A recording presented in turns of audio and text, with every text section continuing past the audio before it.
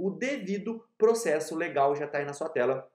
Vamos ler aqui o inciso, tá? Ninguém será privado da liberdade ou de seus bens sem o devido processo legal. Vou repetir. Ninguém será privado da liberdade ou dos seus bens sem o devido processo legal. Então a gente precisa de um processo legal, judicial, beleza? O que é o devido processo legal? Vamos para um conceitinho.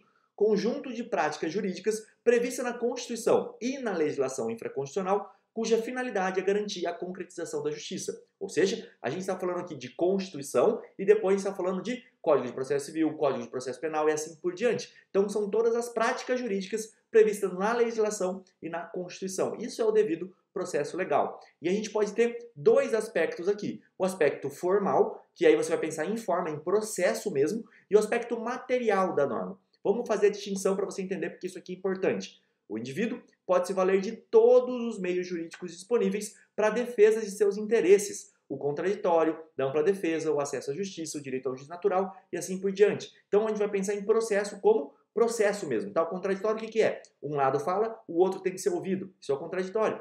E assim por diante, beleza? Então, aspecto formal, que a gente fala aqui então, por exemplo, em ampla defesa, no júri é diferente, é a plenitude de defesa, é um pouquinho maior. Mas o que é a ampla defesa? Tudo aquilo que me é lícito eu posso fazer para produzir, por exemplo, de prova dentro de um processo.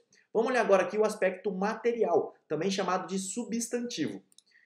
Relacionado com o conteúdo e o respeito aos direitos fundamentais em sua essência, devendo ser balizado com a aplicação do princípio da proporcionalidade, razoabilidade ou da proibição do excesso. Então, a gente tem que pensar que tudo tem que ser proporcional, que eu estou pedindo o meu direito, até onde vai o meu limite dos meus direitos. Isso é o aspecto material do devido processo legal. Posso sair processando o cara à torta e à direita pelo que eu achar que eu devo? Não, não pode. Provavelmente você vai responder, por exemplo, uma litigância de má-fé. Isso é um princípio da proporcionalidade atuando ali, beleza? Faz parte também aqui do devido processo legal.